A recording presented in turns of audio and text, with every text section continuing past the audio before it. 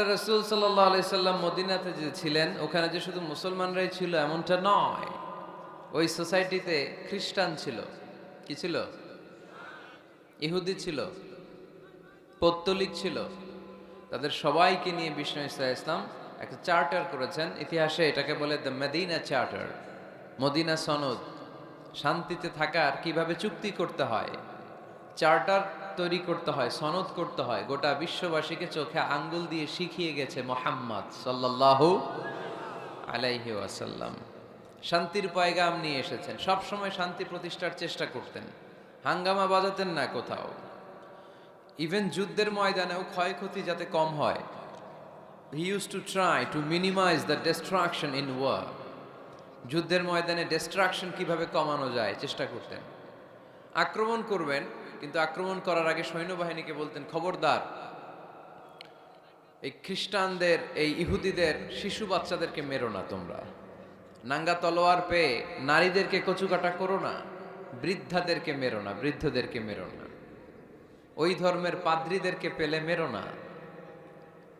তোমার সাথে যুদ্ধ লাগতে এসেছিল, তারাও তলোয়ার মাটিতে রেখে দিয়ে হাত উঁচু করে যদি বলে surrender, Al Aman, I sick the security, আমি নিরাপত্তা চাই, সারেন্ডার করলাম, তাকেও মেরো না। গবাদি পশুগুলোকে হত্যা করো না, গাছপালাগুলো ভেঙে চুরে চুরমার করে দিও না। সুবহানাল্লাহ পড়েন। করতে গেছে কি? যুদ্ধ করতে গেছে কি? ওই যুদ্ধের ময়দানে আল্লাহ রাসূল সাল্লাল্লাহু আলাইহি ইসলামের এই শান্তির নীতি তিনি ফলো করতেন। কাকে আমরা ফলো করি? কে আমাদের নেতা? নেতারে চিনে নেন, মুহাম্মদ সাল্লাল্লাহু আলাইহি ওয়াসাল্লাম। গোটা বিশ্বকে দিয়েছেন, শুধু নেন নাই, কিছুই নেন নাই। কেঁদেছেন শুধু, আজও কাঁদেন মদিনায়, কিয়ামতের দিনও কাঁদবেন। কিয়ামতের দিন আমরা সবাই কাঁদবো, আমরা সবাই বলবো ইয়া নাফসি ইয়া নাফসি, আল্লাহ আমারে বাঁচাও, আল্লাহ আমারে বাঁচাও। নবীরাও বলবে আল্লাহ আমারে বাঁচাও। একমাত্র শুধুমাত্র কেবলমাত্র আমার প্রিয় নবী, আমার প্রিয় হাবিব, আমার প্যারা রাসূল সাল্লাল্লাহু আলাইহি সাল্লাম বলবেন ভিন্ন কথা। তিনি বলবেন উম্মতি উম্মতি উম্মতি, রব্বি হাবলি উম্মতি, আল্লাহ আমার গুনাহগার উম্মতকে বাঁচাও। সব নবীরা নিজেকে নিয়ে পেরেশান, সব নবীরা উম্মত ভুলে যাবে, ভুলবে না একজন নবী, তার নাম মুহাম্মদ সাল্লাল্লাহু আলাইহি ওয়াসাল্লাম। তিনি আমাদেরকে ভদ্রতা শিখিয়েছেন, শালীনতা শিখিয়েছেন, লাজুকতা শিখিয়েছেন। আমাদের এখন লাজুকতা নাই, লজ্জা শরমের মাথা খেয়েছি আমরা, তাই না? বাবা ছেলে মেয়ে বসে একসাথে হিন্দি সিনেমা দেখে, এরকম আছে না নাই? টাঙ্গাইলে আছে? তার মানে লাজ শরমের মাথা খাইছি, লজ্জা শরম নাই। আল্লাহ রাসূল সাল্লাল্লাহু আলাইহি ওয়াসাল্লাম অনেক লজ্জাশীল ছিলেন।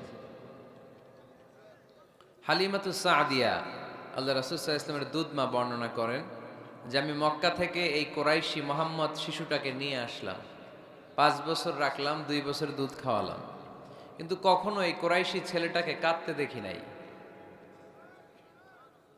ক্ষুধা লাগলে সে কাঁদতো না, ব্যথা পেলে সে কাঁদতো না, শুধু লজ্জাস্থানের জায়গা থেকে কাপড়টা সরে গেলে সে কেঁদে উঠত। আল্লাহু আকবার পড়েন।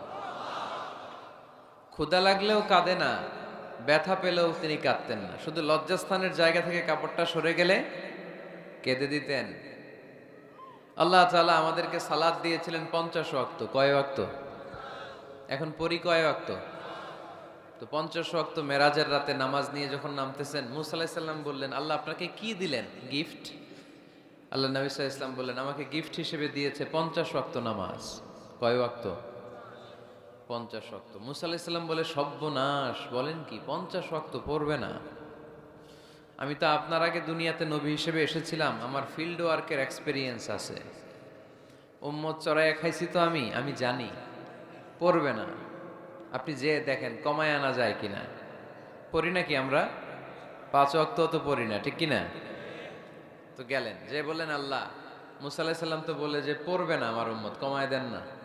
আল্লাহ 5 ওয়াক্ত কমায়া 45 ওয়াক্ত দিলেন। আবার নেমে আসলেন কত? 45। মুসা আলাইহিস সালাম বলে আবার যান, আবার পড়বে না, পড়বে না, কমায় নেন ভালো হবে। আবার গেলেন, আবার 5 কম। আবার আসলেন, সাইয়েদনা মুসা আলাইহিস সালাম বললেন আবার যান, পড়বে না। আবার গেলেন, 9 বারে 5 নং 45 ওয়াক্ত কমায় দিয়া রাখলেন কয় ওয়াক্ত? 5 ওয়াক্ত নিয়ে আল্লাহর হাবিব ফিরে আসতেছেন। মুসা আলাইহিস সালাম বললেন, কি অবস্থা, কয় রাকাত, কয় ওয়াক্ত? আল্লাহর হাবিব বললেন, এবার দিছে 5 ওয়াক্ত। মুসা আলাইহিস সালাম বললেন, এটাও পড়বে না। ঠিক কিনা? এটাও পড়বে না, কমায় নিয়ে আসেন। এবার আল্লাহ রাসূল সাল্লাল্লাহু আলাইহি ওয়াসাল্লাম বলতে আরম্ভ করলেন, কি বলেন, 9 বার গেলাম, আর কত যাওয়া যায়, আর পারুম না, লজ্জা লাগে, আমার শরম লাগে। সহিহ বুখারীতে এই কথাটাই এসেছে, আস্তাহি মির রাব্বি, আমার এবার লজ্জা লাগে যেতে। শরম বলেও তো একটা কথা আছে। কয়বার যাওয়া যায় আল্লাহর কাছে? সুবহানাল্লাহ পড়ে। লাজুকতা কাকে বলে তিনি শিখিয়েছেন। ছোটবেলায়, শৈশব, কৈশোর, যৌবন, সব সময় তিনি লাজুক ছিলেন। আমাদের মধ্যে লাজুকতা নাই, ঠিক কিনা? ইযা লাম তাস্তাহি ফাসনা মা শিইতা, যখন তোমার লজ্জা থাকবে না, তোমার যা মন চায় তুমি তাই করতে পারবা। এজন্য আমরা যেন এই লাজুকতা, শালীনতার প্র্যাকটিস করি। আল্লাহ তুমি তৌফিক দান করো। আজকে মসজিদ নিয়ে কথা বলবো। কি নিয়ে? কি নিয়ে কথা বলবো? মসজিদ। আহাব্বুল বিলাদি ইলাল্লাহি মাসাজিদুহা, আল্লাহর কাছে পৃথিবীতে সবচেয়ে পছন্দের জায়গা কোনটা বলেন তো? মসজিদ। এবার বলেন তো, আল্লাহর কাছে সবচেয়ে অপছন্দের জায়গা কোনটা? বাজার। কিন্তু এমন বাজার যেখানে জুয়ার আড্ডা বসে, এমন বাজার যেখানে মদ বিক্রি হয়, এমন বাজার যেখানে নর্তকীদের নাচ গান চলে, এমন বাজার যেখানকার ব্যবসায়ীরা পণ্য বিক্রি করার জন্য খালি কসম কাটে। এরকম আছে না নাই? এই বাজারগুলো আল্লাহর কাছে অপছন্দনীয়। এমনি যে আপনারা সুপার শপে যান, টাঙ্গাইলের মুদি দোকানে যান, বাজারে যান, মাছ বাজারে, এটা আবার আল্লাহর কাছে অপছন্দনীয় না। এরকম বাজারে বিষ্ণু ঈসা ইসলামও যেতেন। কিন্তু যেই বাজারে মিথ্যা কসম কাটে বারবার, এরকম আছে না নাই? তাদেরকে লানত দেয়া হয়েছে যারা শুধু কসম কাটে, মুনাফিকেরা। সকালবেলা কুরবানির হাটে যাবে গরু বিক্রি করতে, বউরে কয়, বউ একটা দাম কর। বউ বলে, কত কমু? বল যে 50,000। তো বউ কয়, বললাম 50,000। তো এরপর বাজারে যখন নিয়ে গেছে, এক লোক এসে বলতেছে, ভাই গরুটা 40,000 দিবেন? তখন সে বলে, আল্লাহর কসম, সকালবেলা একজন 50,000 দাম কইছে, দেই নাই। সকালে 50,000 কইছে, এরই তো দেই নাই, আপনার 40,000 কেমনে দেই? এরকম ডাকাইত আছে রাডাই। আল্লাহ রাসূল সাল্লাল্লাহু আলাইহি ওয়াসাল্লাম মদিনার খেজুরের বাগান, বাজার পরিদর্শনে গেলেন। যে খেজুরের স্তূপ দেখে আল্লাহ রাসূল সাল্লাল্লাহু আলাইহি ওয়াসাল্লাম খেজুরের স্তূপে হাত ঢুকায় দিলেন। ঢুকায় দেওয়ার পরে তিনি দেখলেন পানি, ভিতরে কি? আর উপরে শুকনা খেজুর। আল্লাহর হাবিব বললেন, ভিতরে পানি, উপরে শুকনা কেন? কয়, বৃষ্টি হয়েছে। আর বৃষ্টি হলে তো সব জায়গায় পানির সয়লাভ থাকবে। আল্লাহ রাসূল সাল্লাল্লাহু আলাইহি ওয়াসাল্লাম রেগে গেলেন আর বললেন, মান গাশশানা ফালাইসা মিন্না, যে আমাদেরকে ধোঁকা দেয় সে আমার উম্মত হতে পারে। The person who deceives us he is not among আস, যে লোক আমাদের ধোঁকা দেয় সে আমাদের অন্তর্ভুক্ত। মুসলমানরা কি ধোঁকা দিতে পারে? খাদ্যে ভেজাল দিতে পারে? ওজনে কম দিতে পারে? মাছে ফরমালিন দিতে পারে? টেন্ডারবাজি করতে পারে? চাঁদাবাজি করতে পারে? ক্যাসিনোর ব্যবসা করতে পারে? পারে? পারে। এজন্য আমরা যেন ধোঁকাবাজি না করি। ধোঁকাবাজে ভরে গেছে বাংলাদেশ। এই ধোঁকাবাজি থেকে আমাদেরকে বেঁচে থাকতে হবে যদি প্রিয় নবীর উম্মত হতে চাই, ঠিক কিনা? তাহলে আল্লাহ তাআলার কাছে সবচাইতে প্রিয় জায়গার নাম সবাই বলেন। আর সবচেয়ে অপছন্দনীয় জায়গার নাম বাজার। হাদিসটা সহিহ বুখারীতে এসেছে। এমন বাজার যেখানে মদের আড্ডাখানা, যেখানে ক্যাসিনোর ব্যবসা, হারাম ব্যবসা, ওইটা আল্লাহর কাছে অপছন্দনীয়। আল্লাহর হাবিব সাল্লাল্লাহু আলাইহি ওয়াসাল্লামের একটা অভ্যেস ছিল, তিনি কোনো এলাকায় গেলেই প্রথমে একটা মসজিদ বানায় ফেলতেন। সুবহানাল্লাহ পড়েন। তার মানে মসজিদ কেন্দ্রিক তিনি সব করতেন, মস্ক সেন্টার্ড। আগে মসজিদ, তারপরে সব। যেমন তিনি মক্কা থেকে যখন মদিনায় হিজরতে আসবেন, মদিনায় ঢোকার আগে কোবা নামক একটা এলাকায় তিনি কয়েক সপ্তাহ ছিলেন। ওখানে এই 2 সপ্তাহের ব্যবধানে একটা মসজিদ বানায় ফেলছেন, মসজিদে কোবা। মসজিদের নাম কি? প্রতি শনিবারে তিনি মসজিদে কোবায় যেতেন, ওখানে যে সালাত পড়তেন। এবং আল্লাহর হাবিব বলেছেন, কেউ যদি, আপনারা যখন মদিনা শরীফে যাবেন, শনিবারে যদি কেউ সকালবেলা আপনারা যে কোবা মসজিদে যে অজু করে, ঘর থেকে অজু করে যে 2 রাকাত সালাত পড়েন, তাহলে উমরা করলে একটা মাকবুল উমরা করলে যেই সওয়াব, ওই সওয়াব আল্লাহ আমল নামায় দিয়ে দিবেন। কুবা থেকে তিনি মাইগ্রেট করলেন মদিনায়। মদিনাতে যেও তিনি একটা মসজিদ প্রতিষ্ঠা করলেন। মসজিদটার নাম সবাই বলেন, মসজিদে নববী। আল্লাহ রাসূল সাল্লাল্লাহু আলাইহি ওয়াসাল্লাম খুব চমৎকার লোকেশন বাছাই করতে পারতেন। লোকেশন তিনি দেখলেন কোথায় করলে ভালো হয়, কোথায় কোথায় কোথায়। খুঁজতে খুঁজতে এমন জায়গাটা পছন্দ হলো, সেখানে ছিল পুরাতন খেজুরের বাগান, ধ্বংসাবশেষ, আর ছিল মুশরিকদের কবর।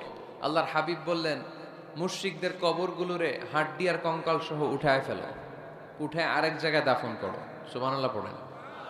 খেজুর গাছগুলো কেটে সমান করো, ধ্বংসাবশেষ ভেঙে মাটির সাথে গুড়িয়ে দাও, এখানে হবে আমার মসজিদ।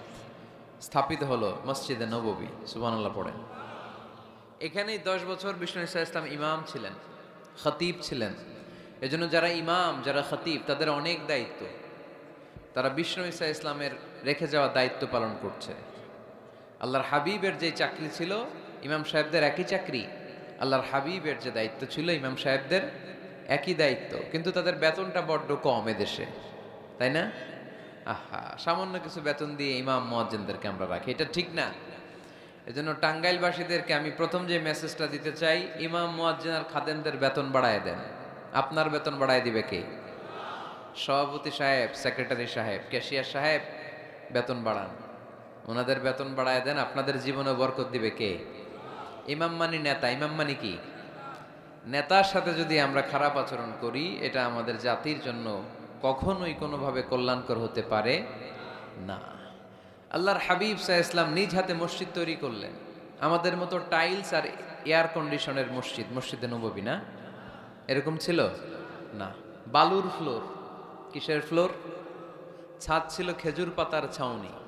বৃষ্টি হলে ওই বালুর মধ্যে কাদামাটি হয়ে যেত, আর ওই কাদামাটিতেই দাঁড়িয়ে নামাজ পড়তেন মুহাম্মদ সাল্লাল্লাহু আলাইহি ওয়াসাল্লাম। সাহাবারা বলতেন, আল্লাহর হাবিব যখন নামাজ পড়ে আমাদের দিকে তাকাতেন, রাআইতু আসারা তিনি ফি জাবহাতিহি, আমরা রাসূলের নাকে এবং কপালে দেখতাম কাদার মাটি মিশে আছে। আল্লাহর হাবিব যখন মুসল্লিদের দিকে তাকাতেন, দেখতেন প্রতিটা মুসল্লি সাহাবীর নাকে আর কপালে কাদার মাটি মিশে আছে। তার মানে আমার নবীর বানানো মসজিদ ছিল কাঁচা, কিন্তু মুসল্লি ছিল পাকা। আমাদের মসজিদগুলো পাকা, কিন্তু মুসল্লিরা কাঁচা। পাকা মুসল্লি হইতে হবে। মসজিদকে আবাদ করতে হবে। কি করতে হবে? আওয়াজ করে বলেন, কি করতে হবে? আমরা মিলে, সবাই মিলে যেন মসজিদকে আবাদ করি।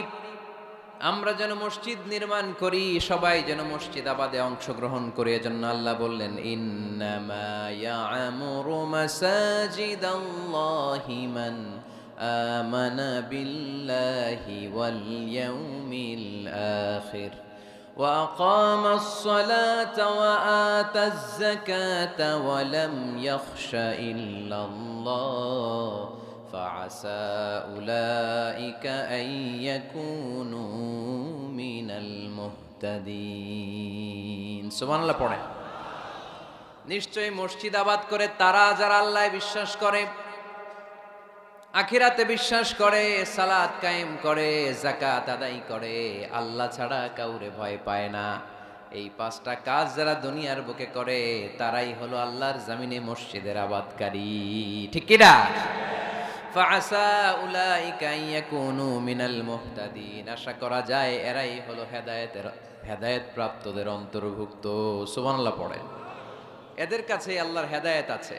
5টা গুণ আর কোয়ালিটিস থাকবে যারা মসজিদের আবাদ করবে। 1 নম্বর গুণ, মসজিদের আবাদকারী যারা হবে তারা বিশ্বাস করবে একজনকে, তিনি কে। আবার তাদের 2 নম্বর গুণ, তারা আখিরাতে বিশ্বাস করবে। মসজিদ যারা আবাদ করবে তাদের 3 নাম্বার গুণ, তারা মসজিদে যে জামাতে সালাত আদায় করবে। ঠিক কিনা? মসজিদ আবাদ করে কিন্তু মসজিদে যায় না, এরকম আছে না নাই? মসজিদের সভাপতি যায় না, মসজিদে সেক্রেটারি যায় না, ক্যাশিয়ার যায় না, আছে না নাই? তো এটা কি আবাদ করলেন আপনি? আপনি সভাপতি, আপনার তো আরো আগে যাওয়া দরকার। যাবেন মসজিদে, আপনি সেক্রেটারি, আপনি যাবেন মসজিদে, যাবেন যে নামাজ পড়বেন। আপনি ক্যাশিয়ার, কোষাধ্যক্ষ, যান না কেন আপনি মসজিদে? আপনি যদি মসজিদ আবাদকারী হতে চান, রব্বে করিমের খাতায় মসজিদ আবাদকারীদের সাথে নিজের নামটা টুকে নিতে চান, তাহলে মসজিদে যান, ঠিক কিনা? এজন্য আল্লাহ বললেন, মসজিদ আবাদকারী তারা যারা আল্লাহর উপর ঈমান আনে, আখিরাতের প্রতি ঈমান আনে, তারা মসজিদে যায়, মসজিদে যে সালাত কায়েম করে। কি করে? সালাত কায়েম করো, হো সালাত কায়েম করো, হবে সম্মানী তুমি, হবে জান্নাতি তুমি, হবে সম্মানী তুমি, হবে জান্নাতি তুমি। দিবে কাল হাসরে শীতল ছায়া আরশে আজিম, রব্বিয়াল আলা রব্বিয়াল আযীম, রব্বিয়াল আলা রব্বিয়াল আযীম। সুবহানাল্লাহ পড়েন।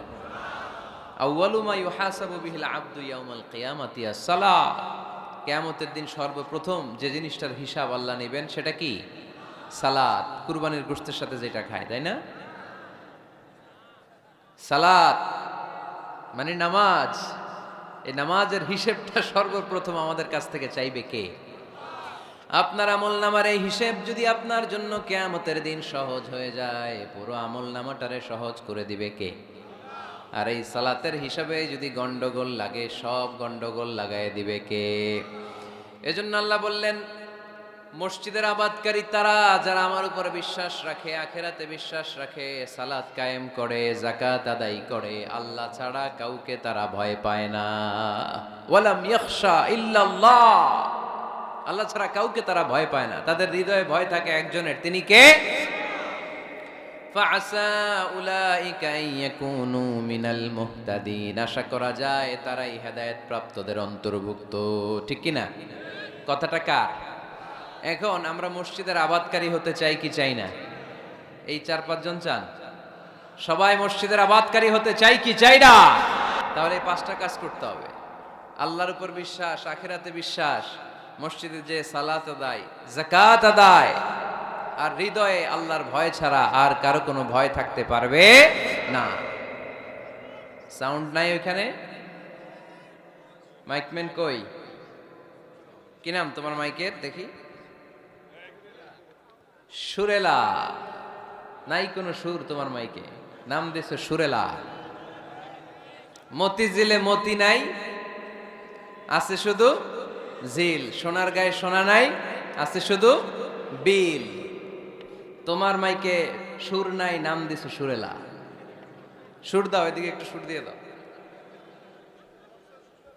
একটু সাউন্ড দিয়ে দাও, একটু স্ট্রং করে দাও। সুরেলা, সুন্দর নাম দিছো তুমি। আমার নবীর কণ্ঠ ছিল বড় সুরেলা, ঠিক কিনা? রাসূল সাল্লাল্লাহু আলাইহি ওয়াসাল্লামের কণ্ঠের তেলাওয়াত শুনে কাফের মুশরিকগুলো পাগল হয়ে যেত, অস্থির হয়ে যেত, এত সুন্দর কণ্ঠ কি করে হয়। এবং রাতের বেলা লুকিয়ে লুকিয়ে আল্লাহর হাবিবের তেলাওয়াত শুনতে যেত। সুবহানাল্লাহ পড়বেন না? হইছে? সুরেলা হইছে? হইছে, আলহামদুলিল্লাহ। তাহলে আমরা সবাই মসজিদ আবাদ করতে চাই। টাঙ্গাইলের ভাইরা আজকে আমাকে বলল যে মসজিদ নাকি আজকে আপনারা আবাদ করবেন। রাজি আছেন তো সবাই? খেয়াল রাখবেন, ইসলামে মসজিদ এটা সবার নাকি আওয়ামী লীগের, বিএনপির, জাতীয় পার্টির, জামাত ইসলাম, পীরের মুরিদ, তাবলীগের ভাই? কাদের? চিল্লায় বলেন কাদের? অনেক জায়গায় দেখেন মসজিদ বানায় আহলে হাদিস জামে মসজিদ। কেন আহলে হাদিস জামে মসজিদ হবে কেন? আবার অনেক জায়গায় হানাফি জামে মসজিদ। কেন? সমস্যা কি আপনাদের? ভাগ করেন কেন?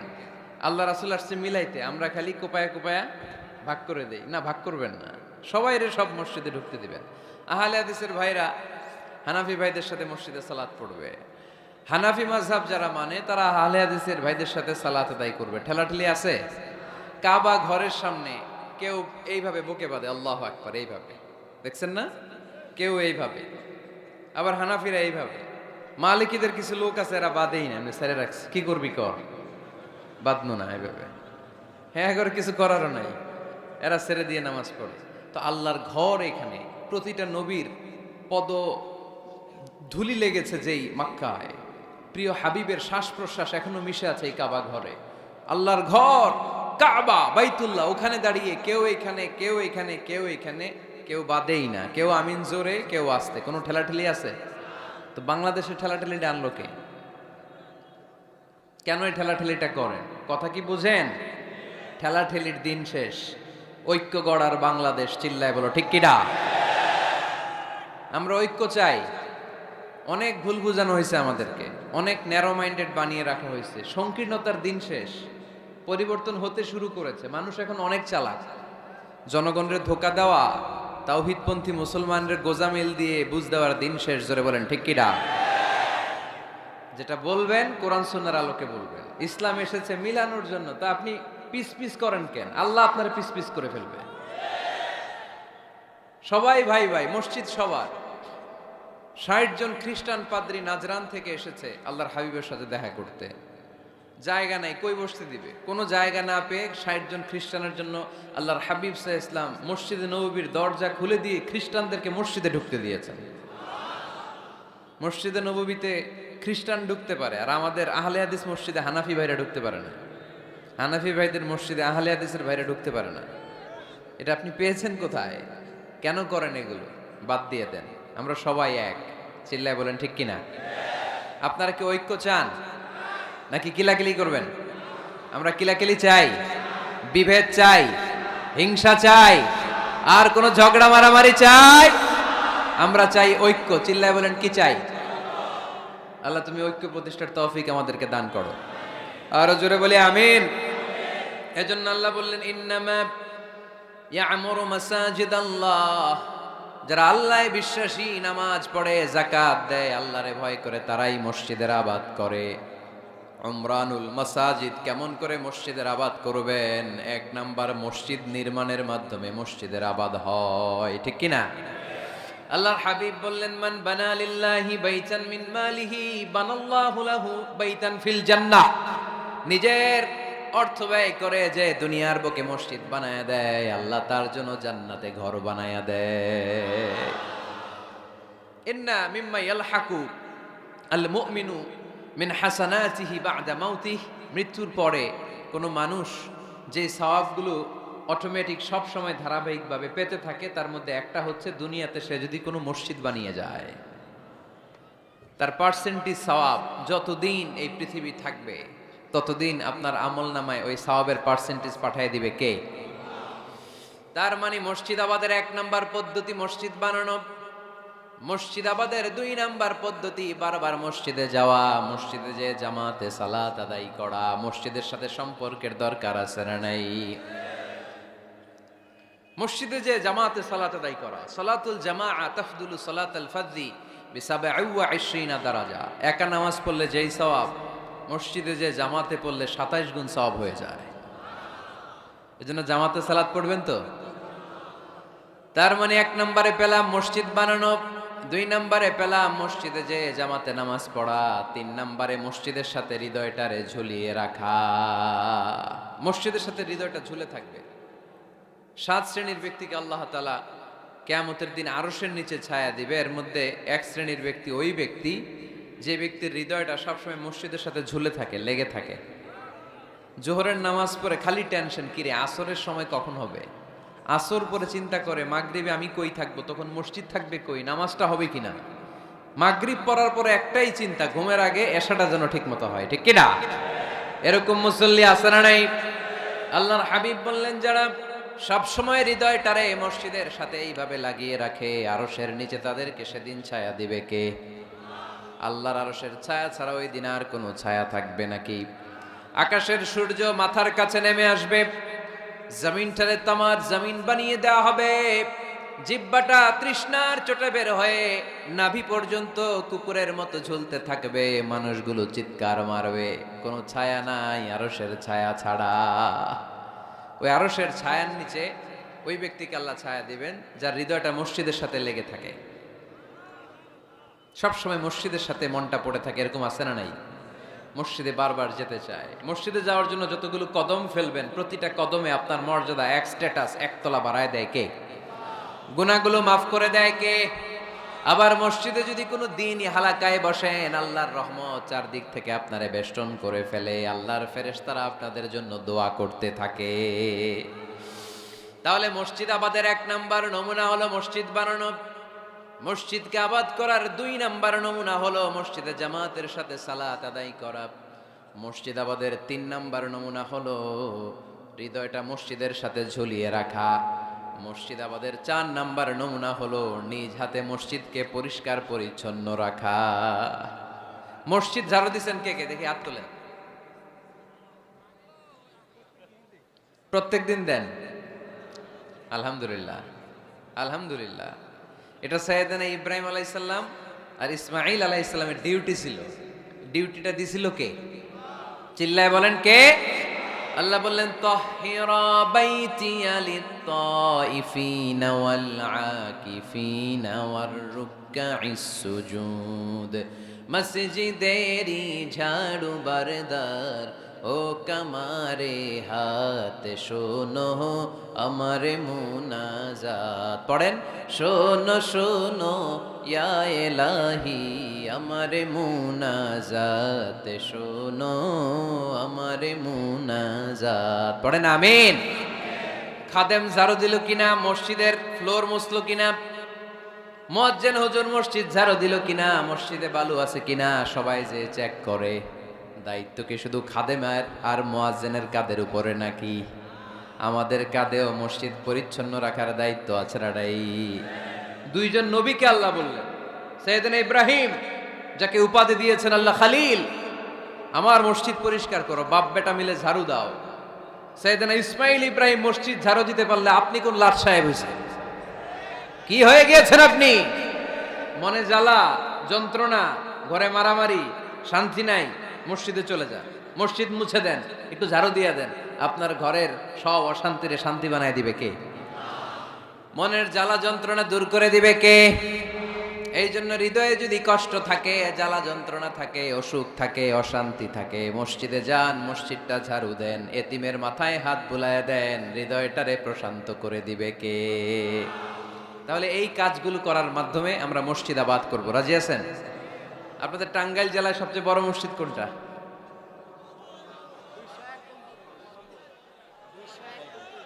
201 গম্বুজ। কই এটা? গোপালপুর, ঝাওয়াইল গোপালপুর। কে করছে এটা? কে বানাইছে? ও, ইসলামিক ফাউন্ডেশনের কর্মকর্তা রফিকুল ইসলাম।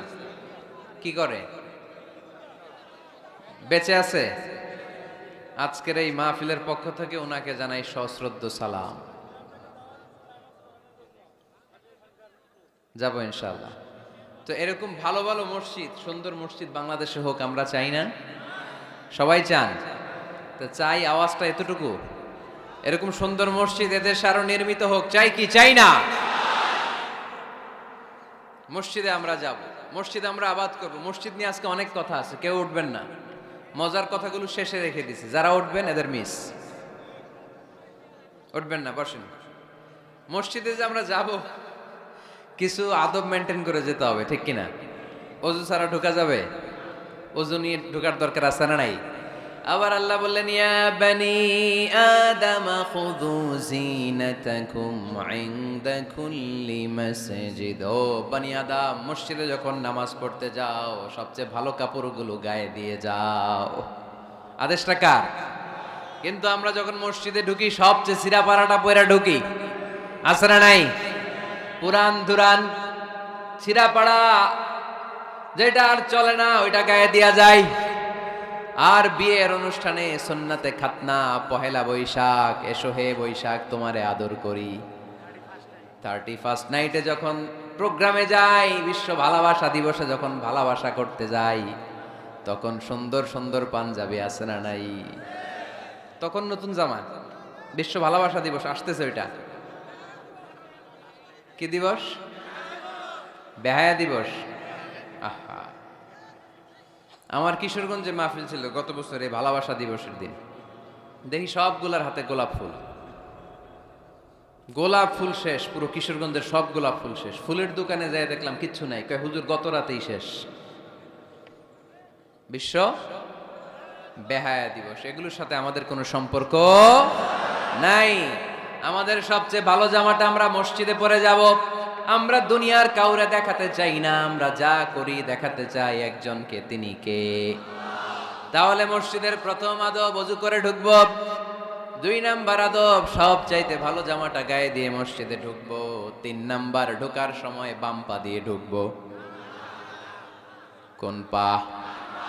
আর বের হওয়ার সময় বিশ্বনবী বললেন, মসজিদে যখন ঢুকবে এই দোয়াটা পড়ো, আউযু বিল্লাহিল আযীম ওয়া বিওয়াজহিল কারীম ওয়া সুলতানিহিল কদীম মিনাশ শাইতানির রাজীম। এই 4টা শব্দ দিয়ে এই দোয়াটা যে পড়বে, এই দোয়াটা পড়ার সাথে সাথে শয়তান চিৎকার মারে আর ঘোষণা দেয়, আজকের দিনের জন্য আমার ওয়াসওয়াসা থেকে তুই মুক্ত হয়ে গেলি। আফসোস করে শয়তান বলে, তোরে তো আর কিছু করা গেল না, তোর উপরে আর কোনো খবরদারি নাই, আজকে সারা দিনের জন্য তোর রবের কাছ থেকে তুই প্রোটেকশন পেয়ে গেলি। আজকে শেষ, কালকে ধরবো তরে, কালকে ধরবো, আজকে শেষ। এই জন্য এই দোয়াটা পড়বেন, আউযু বিল্লাহিল আযীম ওয়া বিওয়াজহিল কারীম ওয়া সুলতানিহিল কদীম মিনাশ শাইতানির রাজীম। এই রেকর্ড হইতেছে, ইউটিউবে শুনে নিন, এটা পড়বেন। এরপরে নবীর একটা সালাম দিবেন, আসসালামু আলাইকা আইয়ুহান নবী ওয়া রাহমাতুল্লাহি ওয়া বারাকাতুহু। তারপরে ডান পা দিয়ে ঢুকবো আমরা। মসজিদে ঢোকার সময় কোন পা? সবাই বলেন আরো জোরে, মনে থাকবে, ভুল হবে না তো? আর ডান পা দিয়ে পড়বো, আল্লাহুম্মা ইফতাহলি আবওয়াবা রাহমাতিক, ও আল্লাহ তোমার রহমতের দরজা আমার জন্য খুলে দাও। পড়ে না আমিন? আর যখন বের হব তখন বাম পা দিয়ে বেরোবো। কোন পা? সবাই বলেন, মনে থাকবে? ছেলে মেয়েদেরকে শিখানো যাবে? বাচ্চারা কি শিখাবেন? ঢোকার সময়, বের হওয়ার সময়, ঢোকার সময়, বের হওয়ার সময়। আর বের হওয়ার সময় পড়ব, আল্লাহুম্মা ইন্নী আসআলুকা মিন ফাদলিক, আল্লাহ আমি আপনার কাছে ফদল চাই। ঢোকার সময় রহমত চাই, বের হওয়ার সময় ফদল। ফদল মানে রিজিক। রিজিক কি মসজিদে থাকে না মসজিদের বাইরে? এজন্য আল্লাহ বলেন, ফাইদা কুদিয়াতিস সালাতু ফান্তাশিরু ফিল আরদি ওয়াবতাগু মিন ফাদলিল্লাহ ওয়াযকুরুল্লাহা কাসীরান লাআল্লাকুম তুফলিহুন। যখন সালাত শেষ হয়ে যায়, জমিনের মধ্যে ছড়িয়ে পড়ো, জমিনে কাজ কর্ম শুরু করে দাও, কর্মচাঞ্চল্যতা দিয়ে জমিনটাকে ভরে তোলো, আর আল্লাহর কাছে ফদল চাও, রিজিক চাও। রিজিকের মালিককে। তাহলে মসজিদে কি পাওয়া যায়? রহমত। ওই একজন কয় রিজিক, রহমত। মসজিদে কি পাওয়া যায়? সবাই বলেন, এটার ক্লাস মনে করবেন, তাহলে খেয়াল থাকবে। মসজিদের ভিতরে কি পাওয়া যায়? আর বাইরে পাওয়া যায় রিজিক। চিল্লায় বলেন, বাইরে কি পাওয়া যায়? এই জন্য ঢোকার সময় রহমত চাবো, বের হওয়ার সময় রিজিক চাবো। ঢোকার সময় ডান পা, বের হওয়ার সময়, মনে থাকবে? আর মসজিদে ঢুকেই 2 রাকাত, ঢুকেই 2 রাকাত। দুখুলুল মসজিদ, তাহিয়াতুল মসজিদ, তাহিয়াতুল উযু, যেই নাম দেন। ওযু করলেই, মসজিদে ঢুকলেই, মনে থাকবে? ভুলে যাবেন তো আপনারা, খেয়াল থাকবে? মসজিদে ঢুকলেই 2 রাকাত পড়তেন বিশ্বনবী মুহাম্মদ সাল্লাল্লাহু। বিশ্বনবী জুমার খুতবা দিচ্ছেন, হঠাৎ এক সাহাবী খুতবা চলাকালীন সময়ে মসজিদে ঢুকেই বসে পড়লেন। বিশ্বনবী বললেন, দাঁড়াও। নিজের খুতবা বন্ধ করে দিয়ে সাহাবীরে বললেন, দাঁড়াও, 2 রাকাত পড়েছো নাকি? সাহাবী বলে, পড়ি নাই। বিশ্বনবী বললেন, তাড়াতাড়ি করে চটজলদি করে 2 রাকাত পড়ে নাও। খুতবা, জুমার খুতবা চলতেছে, খুতবা থামিয়ে দিয়ে খুতবার নিরবিচ্ছিন্নতাকে ভঙ্গ করে আল্লাহর হাবিব সাল্লাল্লাহু আলাইহি ওয়াসাল্লাম 2 রাকাত পড়তে বললেন। এটা খুবই জরুরি, পড়বেন, খুতবা চলাকালীনও পড়বেন। যদিও আমাদের দেশের অনেক জায়গায় এটার সুযোগ দেয় না, বলে যে লাল বাতি জ্বলন্ত অবস্থায় নামাজ পড়া নিষেধ। নিজেরা বানাইছে এই নিষেধ, তো পড়তে না দিলে বারান্দায় পড়েন, যেহেতু খুতবা শোনারও গুরুত্ব আছে। হানাফি মাযহাবে খুতবাটারে ওয়াজিব বলে, খুব গুরুত্ব দেয়। এজন্য বলে যে এটা বেশি গুরুত্বপূর্ণ ওই নামাজের চেয়ে। এটা হচ্ছে ওনাদের দলিল, কিন্তু ওই দলিলটা বেশি শক্তিশালী যে মসজিদে ঢুকেই 2 রাকাত পড়তে হয়, ঠিক কিনা? এজন্য মসজিদে ঢুকেই আমরা 2 রাকাত পড়ব। তাহলে প্রথমে ওযু করে নিলাম, সুন্দর জামা পরলাম, ডান পা দিয়ে মসজিদে ঢুকলাম, ঢুকেই 2 রাকাত পড়লাম। এই সবগুলো আদেশ বিশ্বনবী আমাদের জন্য দিয়েছে, ঠিক কিনা? আবার বিশ্বনবী নিষেধ করেছে কবরের উপর যেন কখনো কেউ মসজিদ না বানায়। লাআনা রাসূলুল্লাহি সাল্লাল্লাহু লাআনাতুল্লাহি আলাল ইয়াহুদ ওয়ান নাসারা ইত্তাখাযু কুবুর আম্বিয়াইহিম মাসাজিদা। আল্লাহ তাআলা ইহুদি নাসারাদের উপর লানত দিয়েছে কি দিয়েছে? লানত। কারণ তারা তাদের নবীদের কবরের উপরে মসজিদ বানায় ওইখানে নামাজ পড়ে। কবরস্থানে নামাজ পড়া যায়?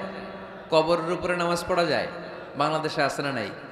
ছোট্ট এতটুক মসজিদ, 2 কাতারের এত বড় কবরস্থান, ইয়া লাল শালু নীল শালু, আগরবাতি আর গোলাপ জলের গন্ধে ঢোকা যায় না, আছে না নাই?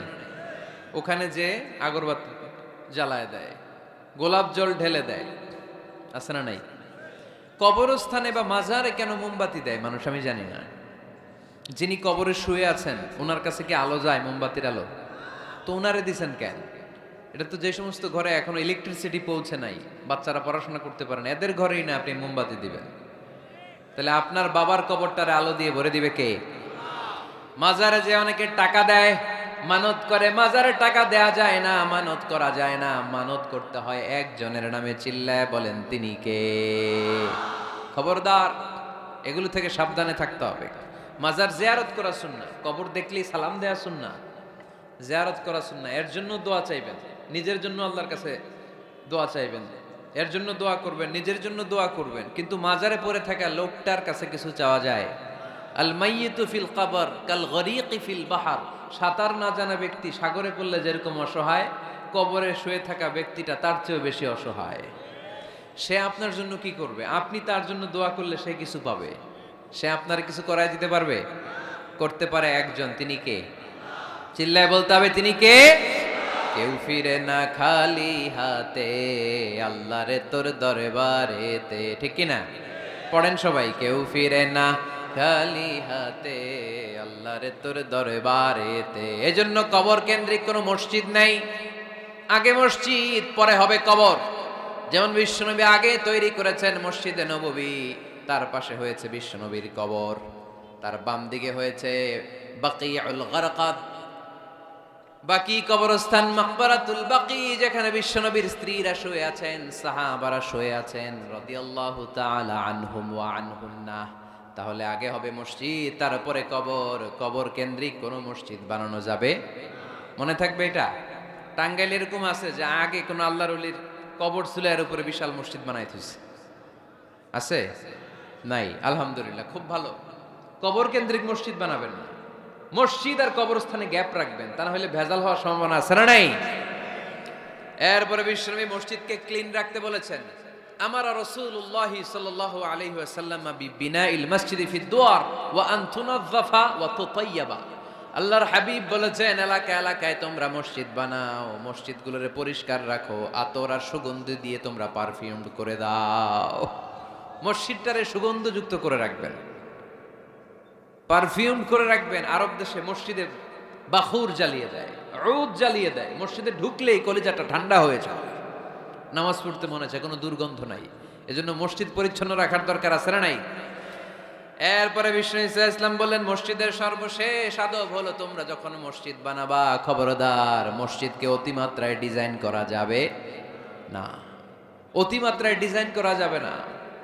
আমরা এতই ডিজাইন করি, কোনটা মসজিদ আর কোনটা কমিউনিটি সেন্টার চিনাই যায় না, আছে না নাই? না, অতিমাত্রায় ডিজাইন না, যতটুকু লাগে। গরম লাগে, এয়ারকন লাগান, নো প্রবলেম। নিচে সমস্যা, সিম্পলি টাইলস দিয়ে দেন। কিন্তু লাইটিং ফাইটিং, লাল নীল বাতি, এই কারুকার্য ওই কারুকার্য, এটা করতে নিষেধ করেছেন মুহাম্মদ সাল্লাল্লাহু।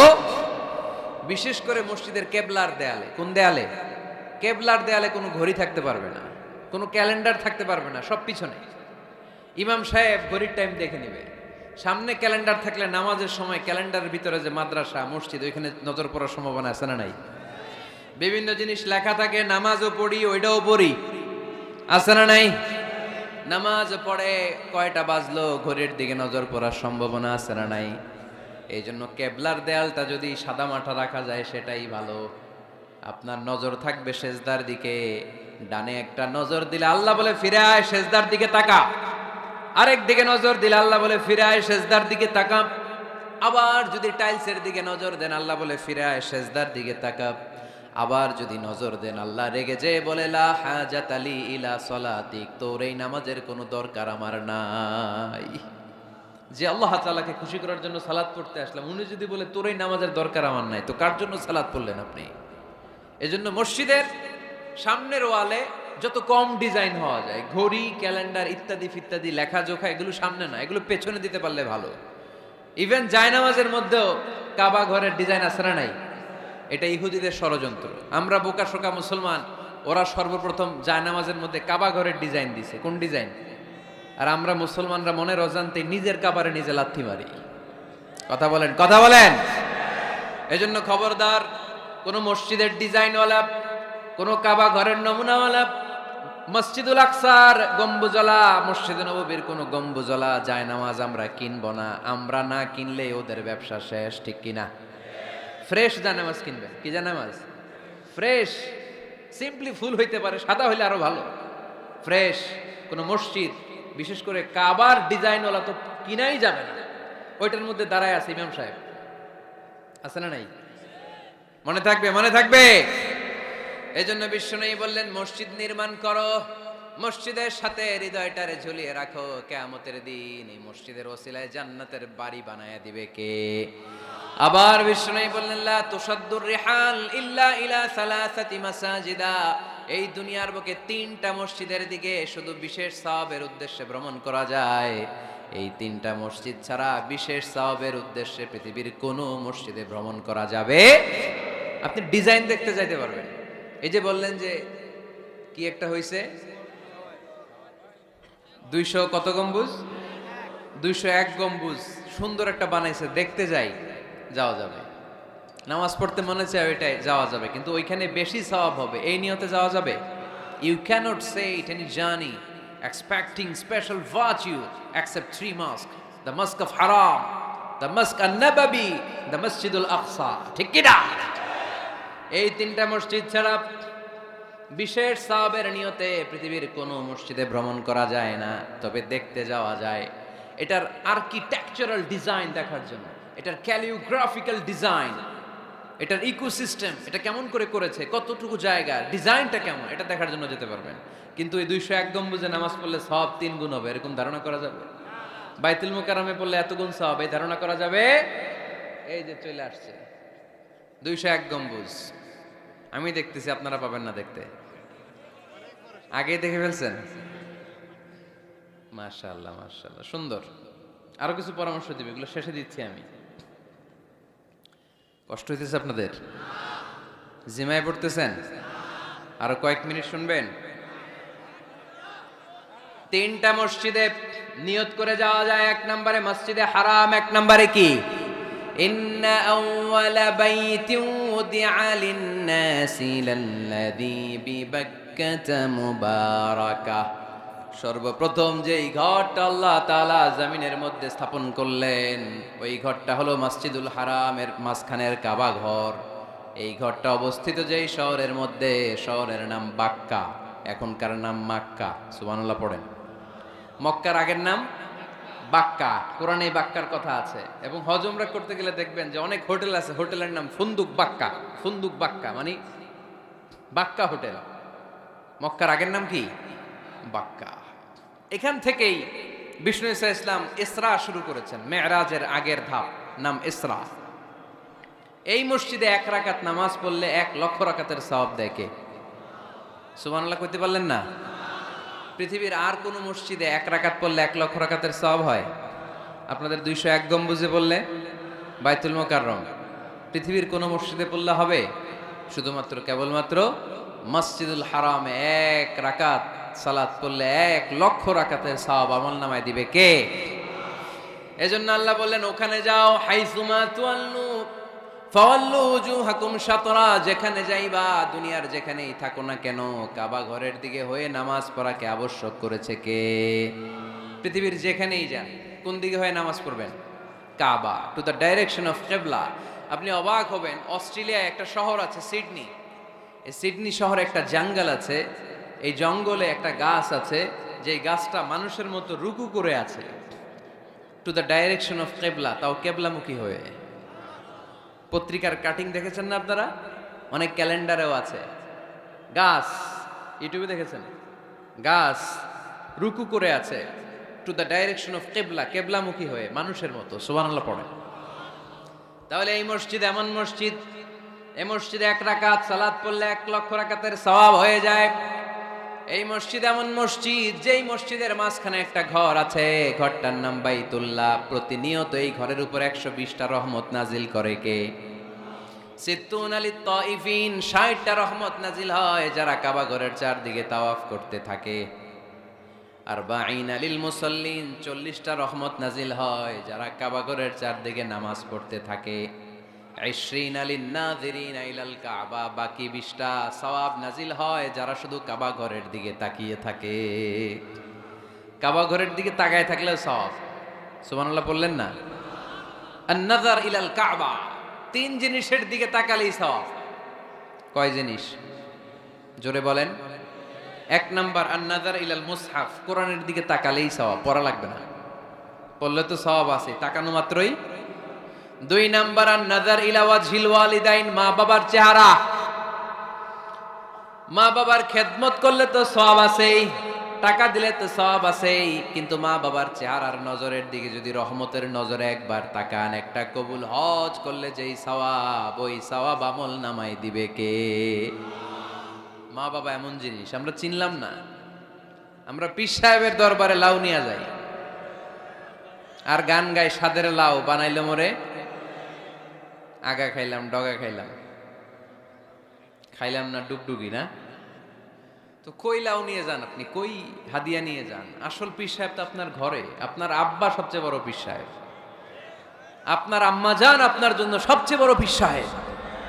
গোটা বিশ্বের সব পীর সাহেব যদি 50 বার করে কোরআন খতম দিয়ে 1 গ্লাস পানির মধ্যে ফু দেয়, আর আপনার আব্বা শুধু বিসমিল্লাহ বলে যদি 1 গ্লাসের পানিতে ফু দেয়, ওই গ্লাসের পানির ফুটা আল্লাহর কাছে কবুল হয়ে যাবে।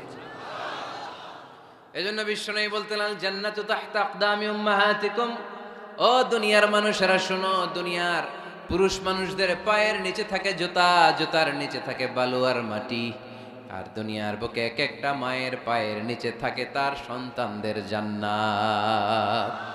ওগো মা তুমি এই ধরনের শ্রেষ্ঠ নেয়ামত, তোমারই পদ তলে রয়েছে জান্নাত।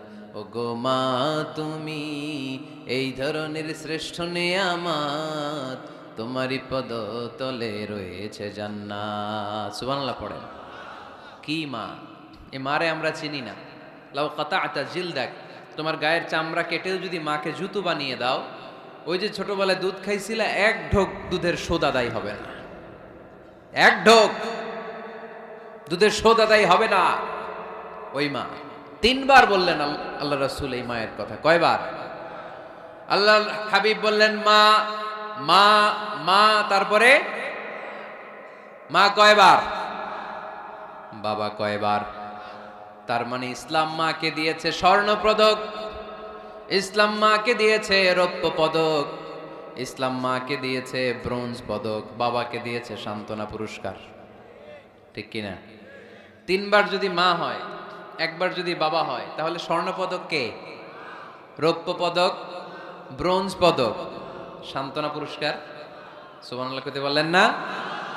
ওই মায়ের চেহারার দিকে যদি রহমতের নজরে একবার তাকান, কবুল হজের সওয়াব আছে না নাই?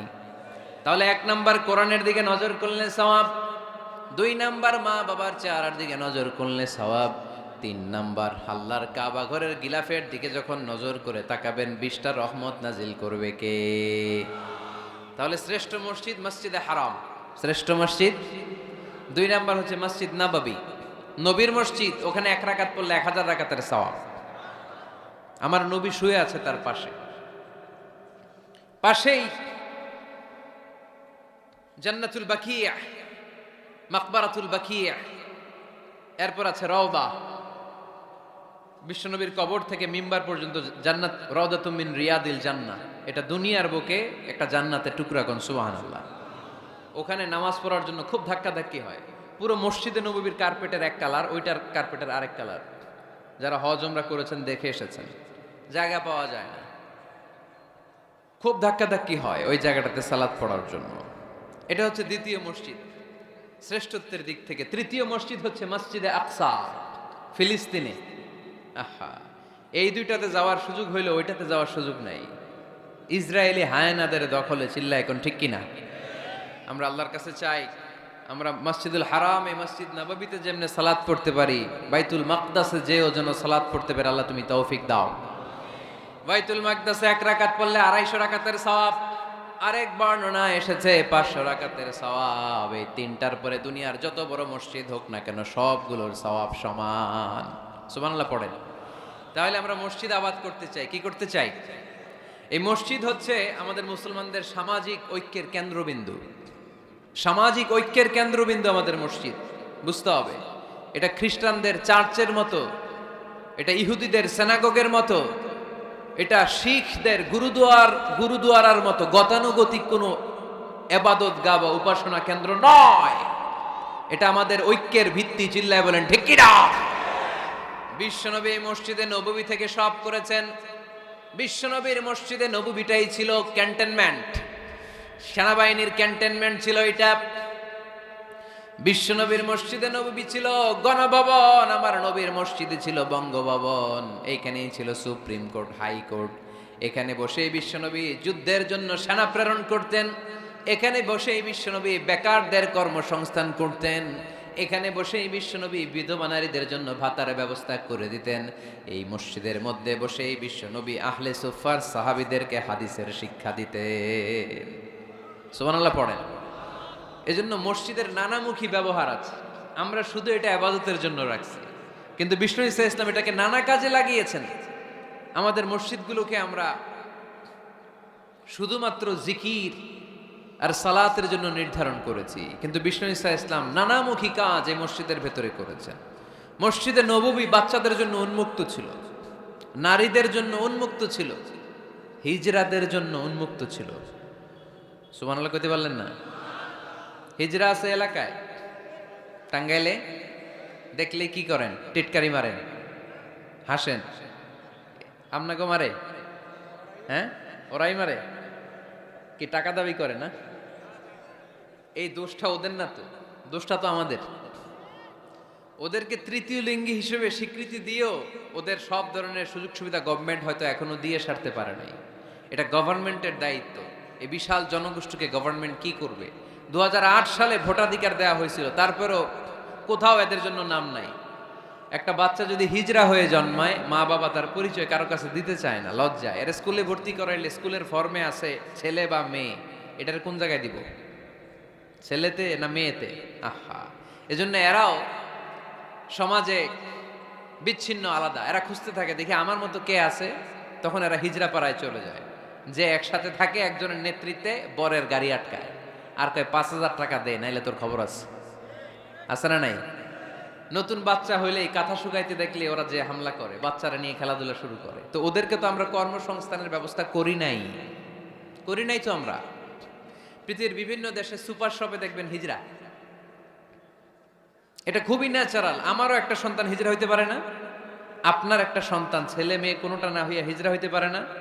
আমি যে ছেলে হইছি কার ইচ্ছায়? আমার বোন যে মেয়ে হইছে কার ইচ্ছায়? হিজরা হয়ে দুনিয়ায় আসলো, এটাও কার ইচ্ছায়? আসল ইচ্ছাটা কার? কর্মসংস্থানের ব্যবস্থা করে দেন। হিজরাদেরকে দেখতে যেহেতু মানুষ ডরায়, এদেরকে আপনি রাস্তাঘাটের জ্যাম ঠিক করার দায়িত্ব দিয়ে দেন, কেউ আর উল্টা পথে যাবে না, ঠিক না? পুলিশের দায়িত্ব দিয়ে দেন, রাস্তাঘাটে এরা দাঁড়াইলে লাঠিও লাগবে না মানুষ, ঠিক কিনা? তো এগুলো তো কাজে লাগাইতে হবে। জনসংখ্যাকে যদি জনশক্তিতে আমরা রূপান্তরিত করতে না পারি, তাহলে বিপদ আছে না নাই? বলছিলাম আমার নবীর মসজিদ এটা যেন মসজিদ না। মুসলমানদের মসজিদ খ্রিস্টানদের গির্জার মতো না, হিন্দুদের মন্দিরের মতো না, ইহুদিদের সিনাগগের মতো না, শিখদের গুরুদুয়ারার মতো না। মুসলমানদের মসজিদ এটা মুসলমানদের সামাজিক ঐক্যের প্রাণ কেন্দ্র, ঠিক কিনা? মসজিদে নববী সবার জন্য খোলা। বাচ্চারা যেত, আমরা কি বাচ্চাদেরকে মসজিদে যেতে দেই? কি করি?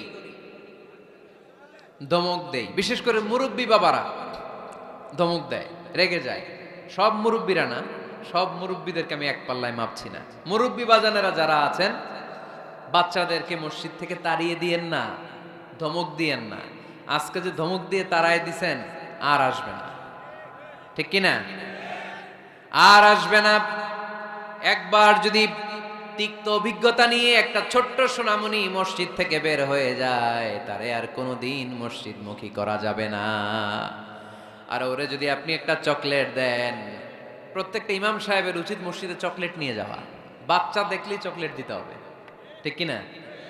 ওর স্মৃতিতে এটা থাকবে, বড় হয়ে গল্প করবে আমাদের এলাকায় এক ইমাম ছিল, চকলেট দিত আমাদেরকে। কত সুন্দর, কত সুন্দর অভিজ্ঞতা থাকবে তার। আর যদি ধমক দেন, বলবে ইমাম আসলে একটা বদের আড্ডি, মসজিদে ঢুকলে আম করে ঠ্যাঙ্গাইতো খালি, বলবে না এটা? আর চকলেট দিলে আজীবন আপনারা স্মরণ রাখবে। এজন্য বাচ্চাদেরকে কখনো মসজিদ থেকে তাড়িয়ে দেয়া যাবে। মসজিদে নববীতে যদি বাচ্চা ঢুকতে পারে, আমাদের মসজিদে কি সমস্যা?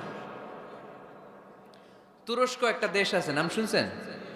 তুরস্কের মসজিদের দেয়ালে দেয়ালে লেখা থাকে, জামাত চলাকালীন অবস্থায় পিছনে যদি বাচ্চাদের কিচির বিচির চিৎকার চেঁচামেচি হই হুল্লোড়ের আওয়াজ আপনি শুনতে না পান, তাহলে নেক্সট জেনারেশনকে নিয়ে আপনি চিন্তায় থাকেন, কারণ আপনার নেক্সট জেনারেশন নাতিপুতি এগুলো নামাজই হচ্ছে না, ঠিক কিনা? পিছনে যদি আমাদের নাতিপুতি চিৎকার চেঁচামেচি করে, তার মানে দে আর অন দ্য রাইট ট্র্যাক, তারা আসল লাইনে আছে, মসজিদে এসেছে। যদিও আজকে দুষ্টামি করে, সময়ের বিবর্তনে কালের আবর্তনে বয়সটা একটু বড় হলেই ও বুঝে যাবে এখানে দুষ্টামি করা যায় না, এখানে ইবাদত করতে হয় একজনের, তিনি কে? কিন্তু ওকে আসার সুযোগটা তো দিতে হবে। আপনি যদি ধমক দিয়ে বের করে দেন, আর কোনোদিন আসবে? মুরব্বীরা, আর কোনোদিন আমরা বাচ্চাদেরকে ধমক দিব না, ইনশাআল্লাহ বলেন। মুরব্বীরা বলেন ইনশাআল্লাহ।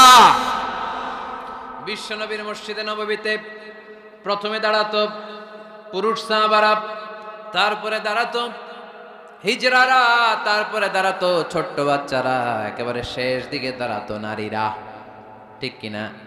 কিন্তু আমরা নারীদেরকে মসজিদে ঢুকতে দেই না। এই জন্য বাজারে যদি বের হয়, কলেজে যদি যায়, লম্বা সময়ের জন্য ঘর থেকে বের হইলে নামাজগুলো কাজা হয়ে যায়, ঠিক কিনা? এই পরিবর্তিত বিশ্ব ব্যবস্থায় এখন নারীদেরকে চিকিৎসা নেওয়ার জন্য হসপিটালে যেতে হয়, শিক্ষার জন্য ইউনিভার্সিটিতে যেতে হয়, নানা কাজে বাইরে যেতে হয়। এই লম্বা সময়ের মাঝখানে যদি কোনো সালাত থাকে, এই সালাতটা সে পড়বে কই? আপনারা তো ব্যবস্থা রাখেন নাই মসজিদে। মসজিদে একটা সুন্দর করে ব্যবস্থা রেখে দিবেন নারীদের, যাতে ওনারা ওইখানে যে সেফটি সিকিউরিটির সাথে নামাজটা পড়তে পারে, নামাজ যেন কাজা না হয়।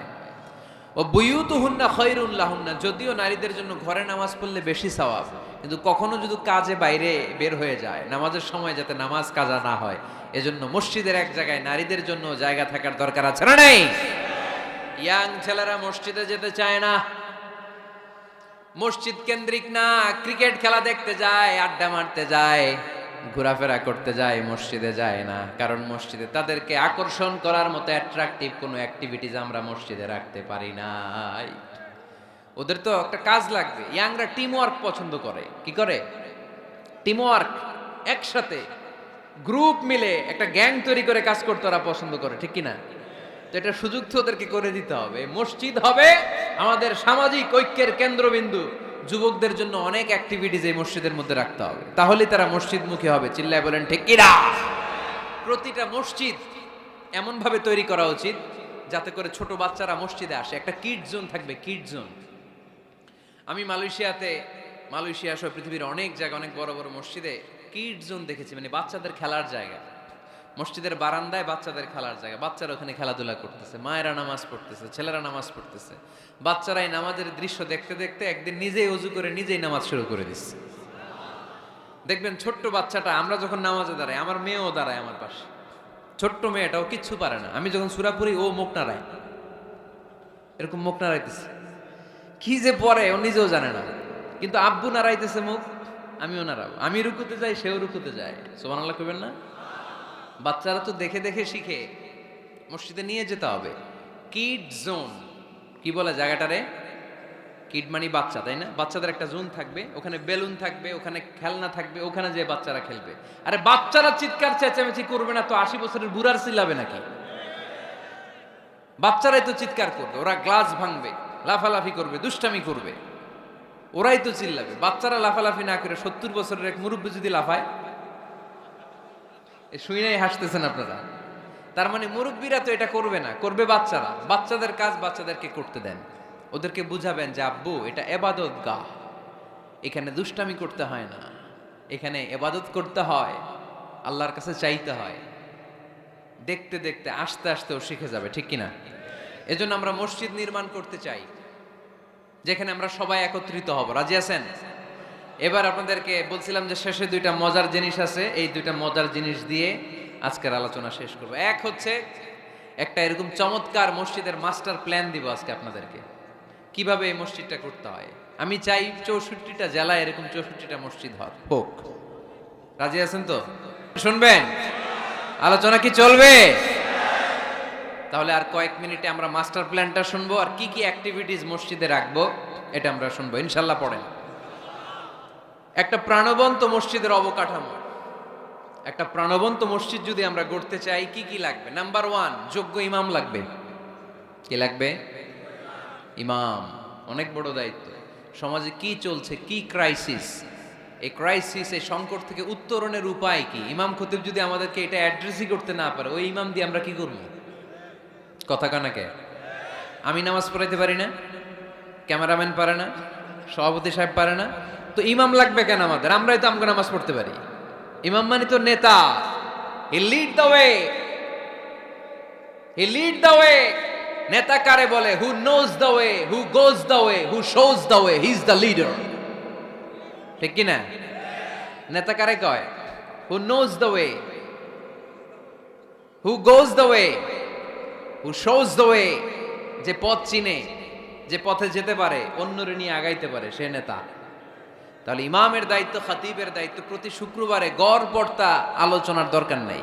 সমাজে কি ক্রাইসিস চলতেছে, ডেঙ্গু, এই ডেঙ্গু অবরোধে, ডেঙ্গুকে ঠেকাতে বিষ্ণু ইসলামের কি নীতিমালা ছিল, ওইটা শোনাইতে হবে আমাদেরকে ইমাম সাহেবের।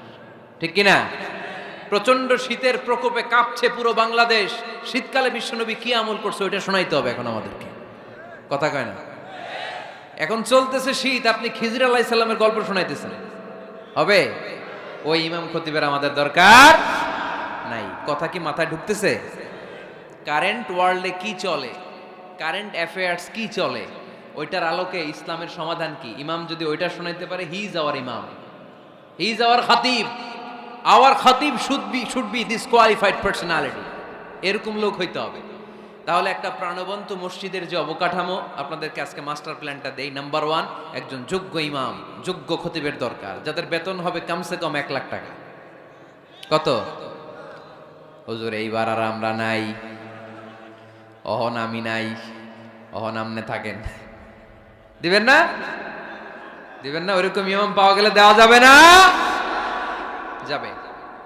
মাশাআল্লাহ। শুনেন, জরুরি আলাপ, এটা জরুরি আলাপ আপনাদের সাথে। নাম্বার 2, প্রশস্ত এবং বড় এরিয়া নিয়ে মসজিদ করতে হবে, ছোট জায়গা নিয়ে না। একটা মসজিদ করতে হবে কমসে কম 50 বিঘা জায়গার উপর। কয় বিঘা? ওই যে ডরাই গেছে এখনই। 50 বিঘা একটা জায়গা হইলো। এরকম জায়গা দেওয়ার মানুষ অনেক আছে। ওনারা এরকম সুন্দর মাস্টার প্ল্যান দিতে হইলে আজকের এটার পরে যে কত ফোন কল আমার কাছে আসবে যে হুজুর আমি 50 কোটি টাকা নিয়ে রেডি, আপনি এসে উদ্বোধন করে দিয়ে যাবেন মসজিদ। শুনবেন আপনারা কয়দিন পরে, আজকের এই আলোচনার পর ইনশাল্লাহ। পড়েন।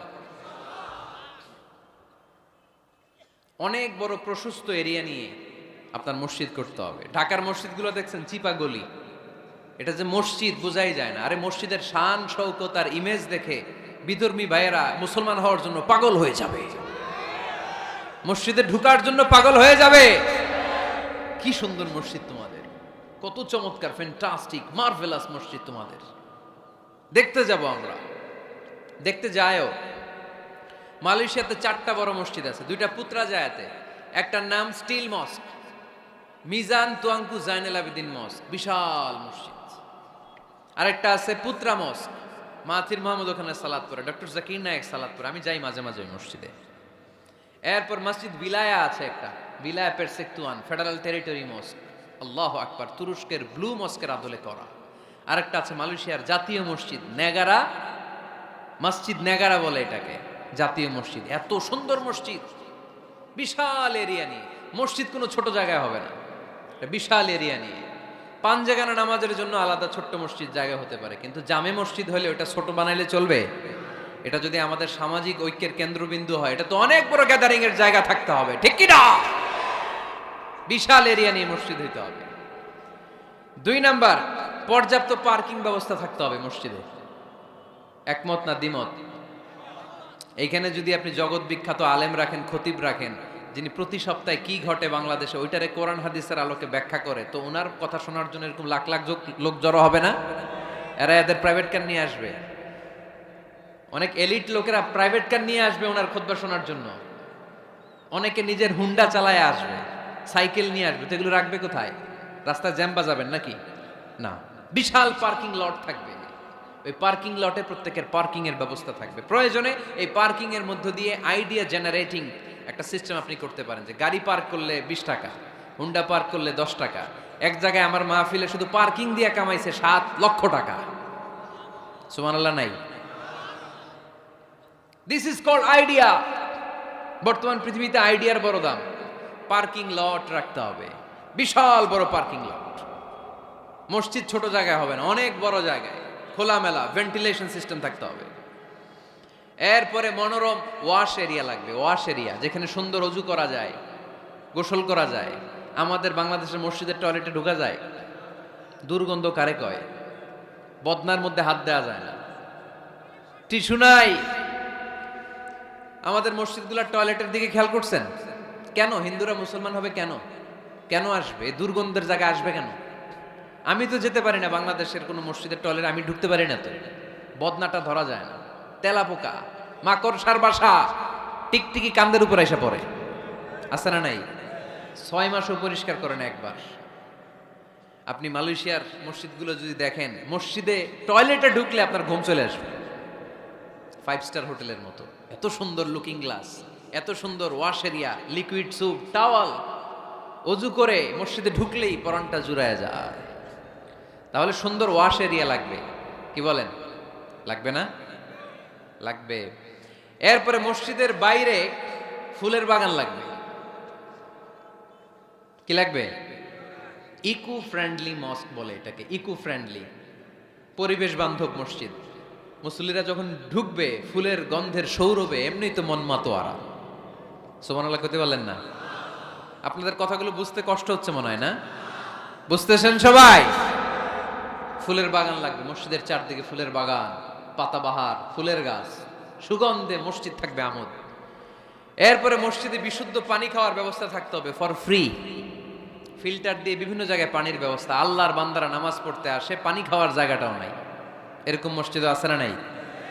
সুন্দর পানি খাওয়ার ব্যবস্থা রাখতে হবে আপনাদের ওই মসজিদে, যে মসজিদটাকে সামাজিক ঐক্যের কেন্দ্রবিন্দু আপনারা বানাতে চান। এই আপনারা উঠছেন কারা কারা? কি হয়েছে আপনাদের? হ্যাঁ, বসেন বসেন বসেন, একসাথে যাব আমরা। তাহলে ফুলের বাগান গেল না, এটাকে বলে ইকো ফ্রেন্ডলি মস্ক, পরিবেশ বান্ধব। বিশুদ্ধ খাবার পানি। এরপর লাগবে এয়ারকন লাগবে, সিসি ক্যামেরা লাগবে, ক্লোজ সার্কিট ক্যামেরা, কোনো সমস্যা হলে যাতে ফুটেজ আমরা বের করতে পারি। কি বলেন? উন্নত কার্পেট লাগবে, ডিজিটাল সাউন্ড সিস্টেম লাগবে। অনেক জায়গায় আল্লাহ আকবার, ওদিকে মোকাব্বির কয় আল্লাহ আকবার, মাইক নাই, মাইক নষ্ট। তো মাইক নষ্ট, আপনি কি করছেন? ঠিক করেন না কেন? এগুলো ডিজিটাল সাউন্ড সিস্টেমের কোনো বিকল্প নাই। এরপর জুতা রাখার নিরাপদ বাক্স লাগবে। কি কন? বড় লোকেরা মসজিদে যায় না জুতা চুরির ভয়ে। এর জুতার দাম 30,000 টাকা। মসজিদে যায় কি এটা হারাবে নাকি? কথা বলেন। ওখানে যদি জুতা রাখার সেলফ সিকিউরিটি বক্স থাকতো, উনি 10 টাকা দিয়ে হইলে ওখানে রাখতো, পরে টোকেন দিয়ে আবার নিজের দামে জুতা ফিরিয়ে নিত। কথা বলেন। প্রতিটা মসজিদে এরকম জুতা রাখার সুন্দর নিরাপদ বাক্সের দরকার আছে না নাই? তারপরে সূত্রা লাগবে, সূত্রা। সুন্নত নামাজ পড়ার জন্য ওই যে সূত্রা থাকে না, যাতে সামনে দিকে গেলেও সমস্যা নাই, এই সূত্রাগুলো লাগে। রেহাল লাগবে, টিস্যুর বক্স লাগবে, টাওয়াল লাগবে, আতরের বোতল লাগবে। মসজিদের বিভিন্ন জায়গায় আতরের বোতল থাকবে, পারফিউম মেখে মেখে নামাজে দাঁড়াবেন। আর রমাদানে এই মসজিদের ভিতরে একসাথে ইফতারি করার সুযোগ থাকতে হবে। কথা বলেন ঠিক কিনা? কি দরকার ঘরে ইফতারি করার? ইফতারিগুলো নিয়ে আপনি মসজিদে যান, মহিলারা মহিলাদের এরিয়াতে বসবে, ভাইরা ভাইদের এরিয়াতে। কি সুখ, আনন্দের হাসি হাসেন, একসাথে খান। সারাদিনের রোজার কষ্টটারে ভুলায় দিবে কে? আল্লাহ। ফ্যামিলি নিয়ে মসজিদে যান আর না যান, ইফতারি পাঠায় দেন, অথবা পথিকদের জন্য, মুসাফিরদের জন্য ইফতারের ব্যবস্থা রাখেন। একসাথে ইফতারি করবেন মসজিদে। মসজিদে নববীতে তাই হতো। নারীদের জন্য আলাদা জায়গার কথা বলেছি। এটা হবে সেফটি অ্যান্ড সিকিউরিটির সাথে। পুরুষদের দরজা একদিকে, নারীদের দরজা আরেকদিকে। নারীরা নারীদের ওই জায়গা দিয়ে ঢুকবে, ওই জায়গা দিয়ে বের হবে। এটা আলাদা দেয়াল দেয়া থাকবে, এদের টয়লেট আলাদা, ওয়াশরুম আলাদা, ওয়াশিং এরিয়া আলাদা, সব কিছু হবে আলাদা। নারীদের মসজিদে আসার দরকার আছে না নাই? সেফটি সিকিউরিটির সাথে তারাও এসে কোরআনের কথা শুনতে হবে। এই মসজিদ 24 ঘন্টা খোলা থাকতে হবে, 24 আওয়ার্স। কয় ঘন্টা? প্রায় মসজিদের লাইট বন্ধ করে দেয়, টয়লেট বন্ধ করে দেয়, আছে না নাই? তাহাজ্জুদ পড়তে অনেকে যেতে পারে না। মুসাফির মানুষ রাত 12টার দিকে নামাজটা পড়বে, সুযোগ নাই, আছে না নাই? মসজিদের সিকিউরিটি গার্ড লাগবে, করা সিকিউরিটি গার্ড, চারদিকে সিকিউরিটি গার্ড থাকতে হবে। শিশুদের জন্য আলাদা জায়গার কথা বলেছি। এই মসজিদে সেমিনার হল থাকবে। কি থাকবে? এখানে প্রতি মাসে সেমিনার হতে হবে। কমিউনিটি সেন্টার থাকবে মসজিদের পাশে অ্যাটাচ করা। কি সেন্টার? এলাকার সব বিয়ে টাঙ্গাইলের এই মসজিদে হইতে হবে। কথা কন। এজন্য তো মেয়েরা উলঙ্গ জামা পরে বিয়ের অনুষ্ঠানে নাচে কেন? মসজিদে বিয়ে হয় না যে? এগুলো তো হয় বাড়ির ছাদের উপরে, দুম্মা চলে দুম, নাচানাচি, হিন্দি গান। মসজিদের কমিউনিটি সেন্টারে বিয়ে হইলে হিন্দি সিনেমা লাগানোর সাহস কেউ পাবে? নারীগুলো সব হেজাব আর বোরকা পরে আসবে বিয়ের অনুষ্ঠানে, ঠিক কি না? সামান্য খেজুর বিতরণ করে বিয়ে শেষ, এটাই বিয়ের অলিমা। এদিকে ইজাব, এদিকে কবুল। খেজুর ছিটাই দিলাম, খায়া বাড়িতে জানার দোয়া করেন। সহজ না কঠিন? সহজ না কঠিন? কমিউনিটি সেন্টারে বিয়ে হবে, মসজিদের সাথে অ্যাটাচ করা। মসজিদের সাথে অ্যাটাচ লাইব্রেরি থাকতে হবে। কি থাকতে হবে? এই লাইব্রেরিতে পড়াশোনা করবে এলাকার লোকজন। সর্বশেষ মসজিদ ম্যানেজমেন্ট অফিস থাকবে। এই যে পুরো মসজিদের মাস্টার প্ল্যান আপনাদের সাথে শেয়ার করলাম, এটার ম্যানেজমেন্ট বিভাগ থাকার দরকার আছে না নাই?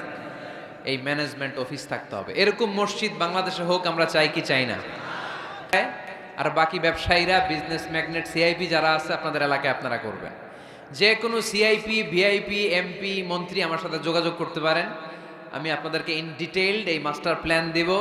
আপনার জেলায় জেলায় মসজিদ করলে প্রয়োজনে আমি নিজে যে উদ্বোধন করে দিয়ে আসবো। কিন্তু এরকম মডেল মস্ক, আল ওয়াসাতিয়া মডেল মস্ক প্রতিটি জেলায় জেলায় বাংলাদেশে থাকার দরকার আছে না নাই?